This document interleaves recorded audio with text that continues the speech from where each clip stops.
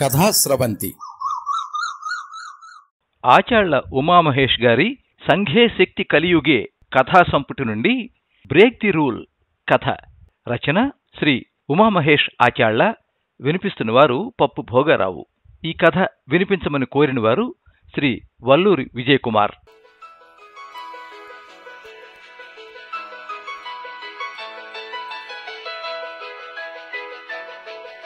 పట్టుకుపోయిన పసుపు కుంకాలకి రసీదులా భర్త వదిలేసిన మడత కుర్చీలో కూర్చుంది భ్రమరాంబ. పక్కనే చెరో బొంత మీద పెద్ద కూతురు తులసి, పెద్ద కొడుకు రామకృష్ణ ఓవైపు, చిన్న కూతురు పద్మ, ఆమె ఒళ్ళో తలపెట్టుకుని ఆఖరి కొడుకు చంటి మరోవైపు కూర్చున్నారు. 200 గజాల ఇంటి డాబా మీద ఓ 15 వాట్ ఎల్ఈడి బల్బ్. అందరూ 50 దాటిన వాళ్లే కావడంతో సంక్రాంతి చలి కొద్దిగా ఇబ్బంది పెడుతోందని కట్టేసిన టేబుల్ ఫ్యాన్, పక్కనే 2 స్టీల్ వాటర్ బాటిల్స్, ఓ ప్లేట్లో యాపిల్, కమలాలు, ఫ్లాస్క్లో ఫిల్టర్ కాఫీ. ఇంటి వెనక కొబ్బరి చెట్టు వారం క్రితమే బోండాలతో పాటు మట్టలు కూడా కొట్టేయడంతో మిలిటరీ సెలక్షన్ ట్రిమ్ చేయించుకున్న యువకుడిలా ఉంది. ఇంటి ముందరి భాగంలో ఉన్న మామిడి చెట్టు వెకేషన్లో ఉన్న ఉద్యోగిలా గాలికి కూడా కదలకుండా కాలక్షేపం చేస్తోంది. పెళ్లిళ్లు, వేరుకాపురాలు, సొంత కుటుంబాలతో వేరు చెయ్యబడ్డ ఓ గూటి పక్షులు చాలా కాలం తర్వాత ఓ చోట చేరటం చూసిన ఏకాకి చంద్రుడు కొంచెం ఈర్ష్యపడి మబ్బు ముసుగులోకి దూరాడు. అంతా భోజనాలు చేసి కూర్చున్నారు. వేరువేరు కారణాల వల్ల ఈ ఏడు పండక్కి అల్లుళ్ళు, కోడలు, మనవలు రాలేదు. ఆడపిల్లలిద్దరూ కాసేపు పిల్లల్ని పొగుడుకుని మరి కాసేపు అత్తగారి మీద చాడీలు చెప్పుకున్నారు. రామకృష్ణ భార్యతో ఫోన్లో మాట్లాడుతున్నాడు. లవ్ ఫెయిల్యూర్ తర్వాత ఎంత బలవంత పెట్టినా పెళ్లి చేసుకోకపోవడం వల్ల ఇవేవీ లేని చంటి చిన్నక్క ఒలిచిపెట్టిన కమలాపండు తోనలు తింటూ, అమ్మా అసలు 4 పిల్లల్నెందుకు కనాల్సి వచ్చిందే అన్నాడు. అప్పట్లో మగపిల్లాడు పుట్టే వరకు చూడడం ప్రతి అత్తగారు జారీ చేసే ఆజ్ఞల్లో ఒకటి. అలా 2 ఆడపిల్లల తర్వాత మగపిల్లాడి కోసం చూశాం. ఇప్పుడు నీకే 50 ఏళ్ళు వచ్చేసాయి కాబట్టి చెప్పినా తప్పులేదు. నువ్వు మాత్రం గోడల మధ్య చెమ్మకి మొలిచిన రావి మొక్కల అన్వాంటెడ్ రా. అలా అని పెంపకంలో ఏ తేడా లేదు రోయ్, ఆ విషయం నీకు తెలుసు అంది భ్రమరాంబ నవ్వుతూ. సాధారణంగా వాళ్ల మధ్య తెరలేవి ఉండవు. చంటి లేచి కూర్చుని, అమ్మా ఈ ఏడు పుట్టినరోజుతో నువ్వు ప్లాటినం జూబిలీకి చేరుకుంటావు. మాక 60 నుంచి 50 లోపు. సో అందరం సగానికి పైగా లైఫ్ చూసేశాం. ఇన్నేళ్లలో మనం చెయ్యాలనుకుని చెయ్యలేకపోయినా చిన్న చిన్న పనులు లేదా కోరికలు ఏమైనా ఉంటే సరదాగా చెప్పుకుందాం అన్నాడు. నీకు 4 అక్షంతలు వెయ్యడమేరా నా తీరని కోరిక అంది భ్రమరాంబ విచారంగా. వర్షాల కోసం కప్పలను ఇబ్బంది పెట్టినట్టు నీ కళ్ళలో ఆనంద బాష్పాల కోసం ఈ వయసులో నన్ను పెళ్లి చేసుకోమని ఇబ్బంది పెట్టకు. పెళ్లి లాంటివి కాదమ్మా, ఆ కోరికలు రూల్ బ్రేకింగ్లా ఉండాలి. నువ్వే మొదలు పెట్టాలి అన్నాడు చంటి అందరి వంక ఆమోదం కోసం చూస్తూ. ఎరా తీరకుండా మిగిలిపోయిన కోరికలు అడుగుతున్నావు? పోయిన నెల అమ్మని చెకప్కి తీసుకెళ్లానన్నావు, కొంపదీసి రిపోర్ట్స్లో ఏమైనా అనుమానంగా అడిగింది పద్మ. అలాంటిదేమైనా ఉంటే చెప్పరా బాబు, ఉన్న కొద్దిపాటి ఆస్తికి వీలునామా రాసేస్తా. బ్యాంక్ ఎఫ్డీలు కూడా మీ పేరును మార్చేసుకోండి. నాకు కోడలు కూతుళ్ళు ఒక్కటే, లాకర్లో బంగారం సమానంగా పంచుకోండి అంది తల్లి పక్కనే ప్లేట్లో ఉన్న యాపిల్ ముక్క నవ్వులుతూ తీరిగ్గా. అదేం లేదమ్మా, ఊరికే అందరం కలిశాం, బయట వాళ్ళెవరూ లేరు కదా, సరదాగా మనసు విప్పి మాట్లాడుకుందామని అడిగా అంతే. ఏదో అంత్యాక్షరి, అష్టాచమ్మా లాంటి రొటీన్ ఆటలు కాకుండా ఇదో కొత్త రకం ఆట అనుకుందాం. కానీ ఎవరూ అబద్ధం చెప్పకూడదు. ఇది మన 5గురి మధ్య ఉండాలి. ఇష్టమైతే చెప్పండి, లేదంటే ఎప్పట్లాగానే ఇక్కడ లేని వాళ్ల మీద ఇంకాసేపు చాడీలు చెప్పుకుని పడుకుందాం అన్నాడు చంటి నవ్వుతూ. మరి కాసేపు చర్చ జరిగిన తర్వాత ఎవరికీ చెప్పమని ఒట్లు వేసుకున్న తర్వాత నెమ్మదిగా మొదలుపెట్టారు. ముందుగా భ్రమరాంబ, ఈ వయసులో చెప్పే విషయం కాదు, కానీ మీరు బలవంత పెడుతున్నారు కాబట్టి చెబుతున్నా. అవి నేను 6వ తరగతి చదివే రోజులు. అంటే నా పెళ్లికి సరిగ్గా సంవత్సరం క్రితం. నా ఫ్రెండ్ లంచ్ బాక్సులో శనివారం తప్ప ప్రతిరోజు గుడ్డు తెచ్చేది. ఉడకపెట్టి నిలువుగా అందమైన షేప్లో 2 ముక్కలుగా కోసి తెల్లటి తెలుపు, పసుపు రంగుతో పసిపిల్లాడి బుగ్గల్లా స్మూత్గా. అటు ఇటు చూసి ఎవరూ లేకుండా ఓ ముక్క తీసుకుని టపీమ నోట్లో వేసుకుంటే అబ్బబ్బబ్బా ఆ రుచే వేరు. అంతే, ఆ 17 పెళ్ళైపోవటం, కాపురానికి వచ్చింది మొదలు తడితల మడిచీర. గుడ్డుమాడి దేవుడెరుగు, మేము మామ పోయే వరకు కనీసం ఉల్లిగడ్డ కూడా ఎరగను.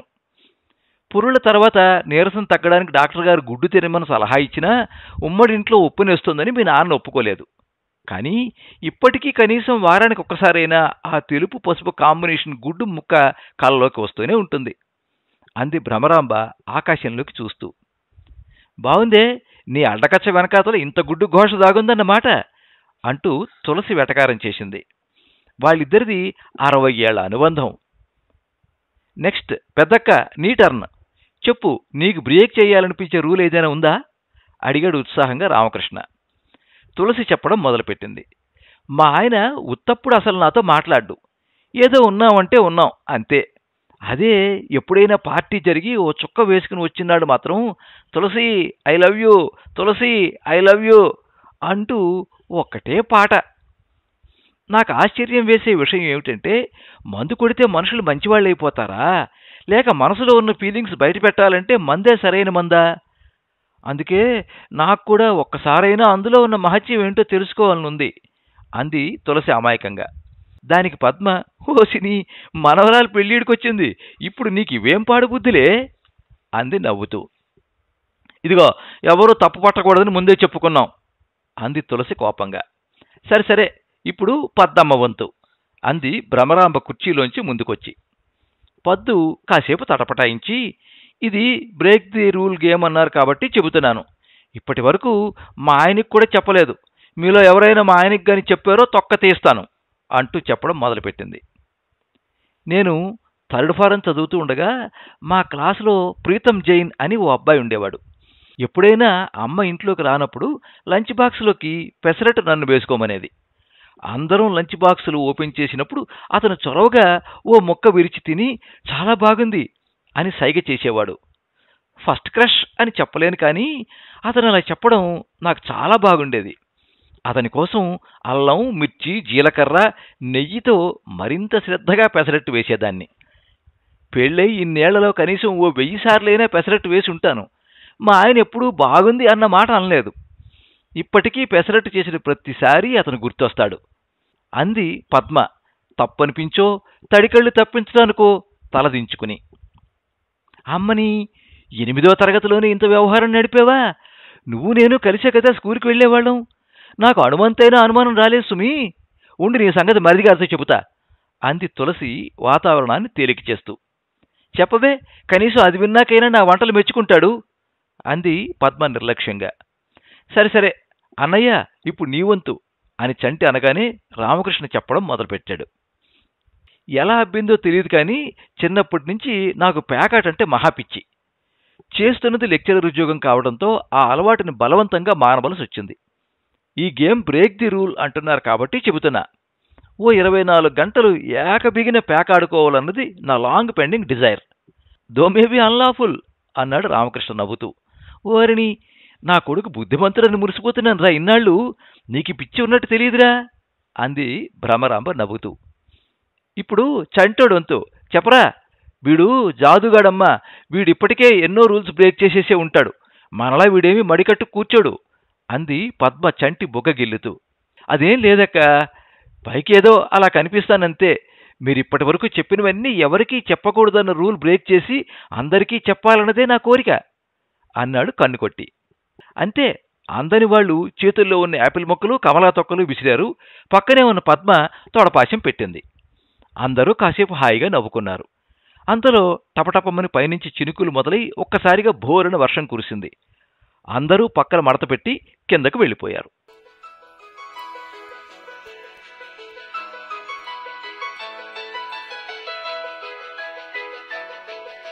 ఆ మర్నాడు పొద్దున్నే చంటి పద్మచేత పెసరట్లు వేయించాడు.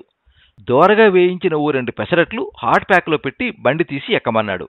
ఎక్కడికిరా అంటే, నువ్వెక్కు ముందు అని సెంటర్లో ఉన్న ఓ ఫ్యాన్సీ షాపుకి తీసుకెళ్లాడు. ఇప్పుడు గాజుల షాపుకెందుకురా? ఆ బాక్స్ ఎవరికి? మీ ఫ్రెండ్కా అడిగింది పద్మ అయోమయంగా. నువ్వు రా చెప్తాను అని లోపలికి తీసుకెళ్లాడు. లోపల క్యాష్ కౌంటర్లో ఓ పెద్దాయన వీళ్ళని చూసి, అయ్యే క్యాలేనా హై అడిగాడు సౌమ్యంగా. పద్మ ఏమీ అర్థం కానట్టు చూస్తోంది. షాపు అప్పుడే తెరిచారు. ఓ కుర్రాడు కర్రకి కట్టిన గుడ్డతో అల్మరాలు దులుపుతున్నాడు.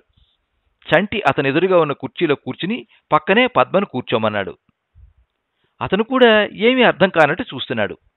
వయసు 60కి దగ్గరలో ఉంటుంది. బాగా తెల్లగా ముదురు ఎరుపు రంగు లినెన్ షర్టు, షేప్ చేసిన తెల్లటి గడ్డం, గోల్డ్ ఫ్రేమ్ కళ్లద్దాలతో గ్రేస్ఫుల్గా ఉన్నాడు. మీరు ప్రీతం జైన్ కదూ అన్నాడు చంటి. సాబ్ ఆప్ కౌన్ అడిగాడు ఆశ్చర్యంగా. బాగా మర్యాదస్తుల్లో ఉన్నాడు. చంటికేసి చూసి మాట్లాడుతున్నాడు. ఈవిడ మా అక్క పద్మ అన్నాడు చంటి హాట్ బాక్స్ తీసి కౌంటర్ మీద పెడుతూ. అప్పుడు అర్థమైంది పద్మకి. ముందు కంగారుగా చంటికేసి చూసింది. ఆ తర్వాత క్యాష్ కౌంటర్లో ఉన్నతని కేసి చూసింది. పొద్దున్న వండిన పప్పు రాత్రికి పప్పుచారుగా మారినా రుచిగానే ఉన్నట్టు ఆ వయసులో కూడా ఆకర్షణీయంగా ఉన్నాడు. అతను పద్మకేసి చూసి 2 చేతులతో దండం పెట్టి, మీరు పద్మగారా, బాగున్నారా, ఎక్కడుంటున్నారు అని ఆమె మెడలో ఉన్న నల్లపూసలు చూసి, సార్ ఏం చేస్తారు మేడం అన్నాడు. పద్మ తేరుకుని, మీరు ప్రీతం జైన్ కదా, మనం చిన్నప్పుడు కలిసి చదువుకున్నాం. ఈ షాప్ మీదేనా? నాకు తెలీదు, తమ్ముడు తీసుకొచ్చాడు అంది తడబాటుగా. ఓ 10 నిమిషాలు కుటుంబ విషయాలు మాట్లాడుకున్నారు. చంటి బాక్స్ గురించి చెప్పి అతనికిచ్చాడు. చాలా థ్యాంక్స్ సార్.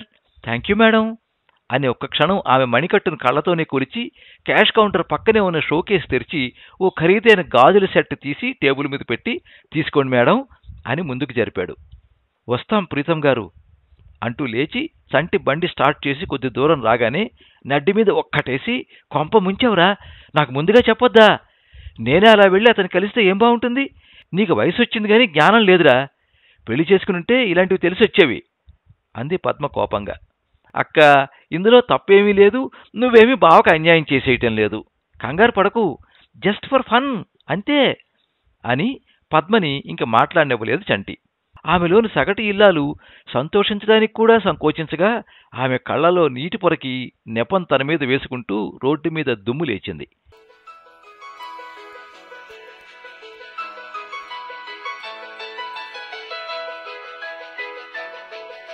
ఆ మర్నాడు రాత్రి అందరూ డాబా మీదకి చేరారు. చంటి నెమ్మదిగా సంచిలోంచి ఓ బాక్సు, 2 చిన్న బాటిల్స్ తీశాడు. ఏమిట్రా, ఏం చేస్తున్నావు? మమ్మల్ని అందరినీ చెడగొట్టాలని కంకణం కట్టుకున్నావా కొంపతీసి అడిగాడు అవేంటో అర్థమైన రామకృష్ణ. నువ్వుండన్నయ్యా అంటూ ముందుగా బాక్స్ తెరిచాడు చంటి. 2 ఉడకపెట్టిన కోడిగుడ్లు, నిలువుగా కోసిన 4 ముక్కలు, తెలుపు పసుపు కాంబినేషన్లో. అమ్మా, అటు ఇటు చూసి గుటుక్కుని మింగైనక్కర్లేదు. ఒక్కో ముక్క తీసుకుని పక్కనే ప్లేట్లో కరివేపాకు పొడిలో ముంచుకుని ఆస్వాదిస్తూ తిను అన్నాడు చంటి బాక్స్ అమ్మకు అందిస్తూ. ఓ నిమిషం వాటికేసి చూసింది భ్రమరాంబ. పైనుంచి మీ నాన్న మా అమ్మ చెప్పిస్తారేమోరా అంది అనుమానంగా. పిల్లలు పెద్దలు ఒకటేనమ్మా, వాళ్ళకే పాపం అంటదు, నువ్వు కాని అన్నాడు రామకృష్ణ. పెద్దరికం వద్దంటోంది, అణచిపెట్టిన మనసు ఆశపడుతోంది, పిల్లల ప్రోత్సాహం పర్వాలేదంటోంది. అంతే, బాక్సులో ఒక్కో ముక్క తీసుకుని నోట్లో వేసుకుని, ఆహా చాలురా ఈ జీవితానికి అంది భ్రమరాంబ. ఆ తర్వాత బ్యాగులోంచి చిన్న వోడ్కా సీసా, స్ప్రైట్ బాటిల్ ఓపెన్ చేశాడు చంటి. గ్లాసులో ఓ 30 ml వోడ్కా పోసి మిగతా స్ప్రైట్ సోడాతో నింపి నిమ్మడిప్ప పిండి, పెద్దక్క దా అంటూ తులసికి అందించాడు. ఏమిట్రా ఇది అంది తులసి అమాయకంగా. స్ప్రైట్ అక్క, తాగు అన్నాడు. తులసి అందుకుంది.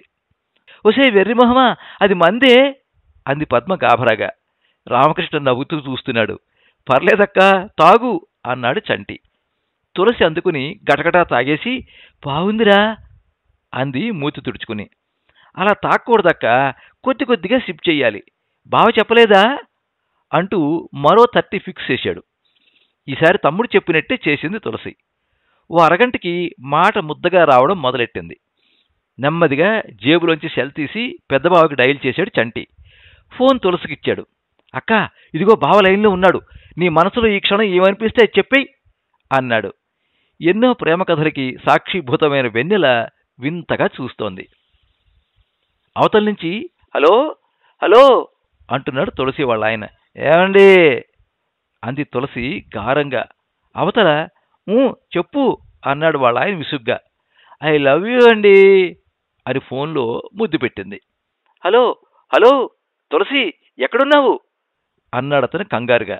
అంతే, తులసి ఫోన్ పెట్టేసింది. అంతా క్లాప్స్ కొట్టారు.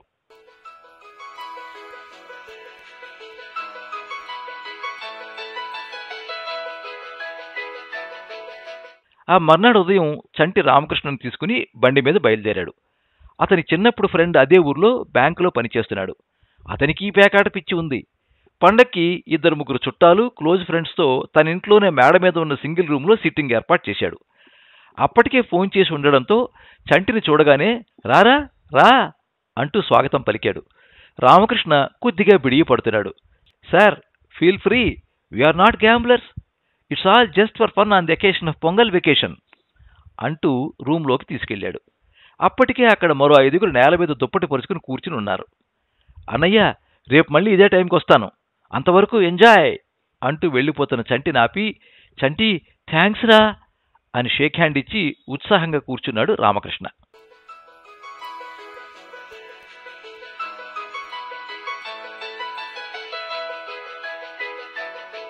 చైత్రమాసం రావడంతో మామిడి చెట్టు డ్యూటీలో చేరడు గుర్తుగా పూత పెట్టింది. కొబ్బరి చెట్టు కొత్త గెల వేస్తోంది. ఇంటి ముందు టెంట్ వేసి ఓ 100 కుర్చీలు వేశారు. అవి నిండిపోగా కొద్దిమంది నిలబడి ఉన్నారు. పంతులుగారు కార్యక్రమం మొదలుపెట్టారు. భ్రమరాంబ, తులసి, పద్మ, రామకృష్ణ వరుసగా అక్షంతలు వేశారు.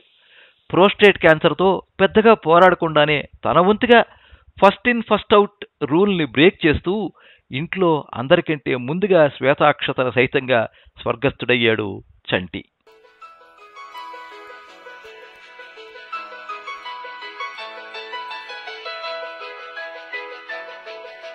మీరింతవరకు బ్రేక్ ది రూల్ కథ విన్నారు. రచన శ్రీ ఉమామహేష్ ఆచాళ్ల. వినిపించిన వారు పప్పు భోగారావు.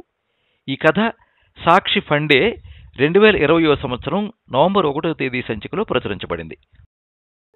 ఈ కథ మీద మీ అమూల్యమైన అభిప్రాయాన్ని కింద కామెంట్ బాక్స్లో రాయండి. ఈ వీడియోని లైక్ చేయండి, మీ మిత్రులందరికీ షేర్ చేయండి.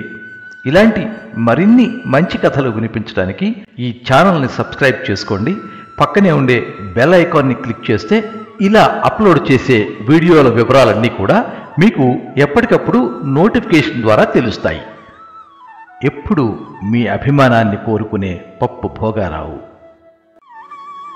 సర్వే జనాః సుఖినో భవంతు.